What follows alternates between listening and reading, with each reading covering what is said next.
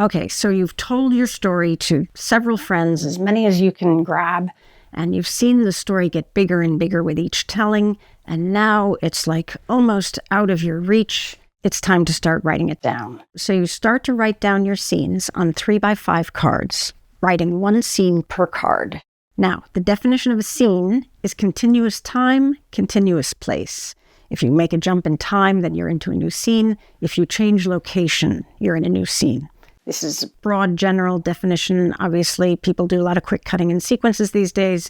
But for now, just try to discipline yourself to think in those terms. Continuous time, continuous place. That means you're not allowed to write things like 3 months go by and she thinks about him.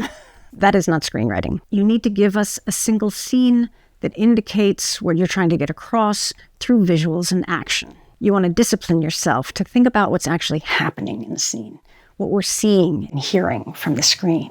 Don't rely on dialogue to tell what's going on. You can use a little bit of dialogue if it's essential to what's happening. John comes home and tells Mary he's leaving her. Okay, we do need that dialogue. But more than that, you want to just go with the action. If an exchange of dialogue comes to you, you can write that down in a notebook and just put it off to the side. Once you have a pile of cards, then you want to start laying them out in front of you in columns, top to bottom. And as you do that, you start to see an order to them. You start to see the first column is the first act. The second and third columns are roughly the second act, and the fourth column is the third act. And you start to see how the scenes progress in a beginning, middle, and end flow. The point of the cards is to keep it fluid. You can move the cards around. You can try them in different places and see how the flow feels different to you. You can suddenly discover, oh, that doesn't go in the first act. That should come much later. And you can just very easily and quickly move it to where you now think it should be. This is the time when you can go back and listen to your phone recordings if you recorded your storytelling to your friends to see if you can pick up any ideas that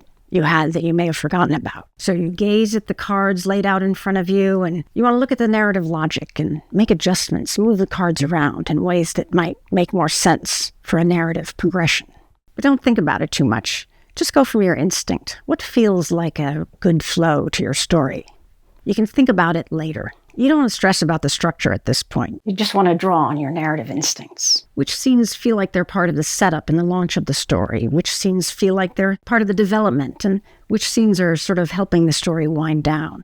One thing you can do to help you track different story elements is color code them. For example, you have a love interest and you put a red line at the top of every card that indicates a scene where the love interest is present. Then you sit back and you look at them all in your desk in front of you and you go, oops, I forgot the love interest in this whole section right here. And you have to keep weaving them in so they don't just disappear from the story for a long time. You'll keep adding more cards, you'll throw cards away, you'll move them around, you'll just keep working the story, working it as far as you can go with it. And when you just can't go with it any further, you can't think of anything more to put into it or that it needs, that's when you start writing the screenplay. How to start writing your screenplay will be the subject of my next video. You can click here to watch the next video, if it's already been posted. If it hasn't, be sure to click here to subscribe so you can be notified when it is.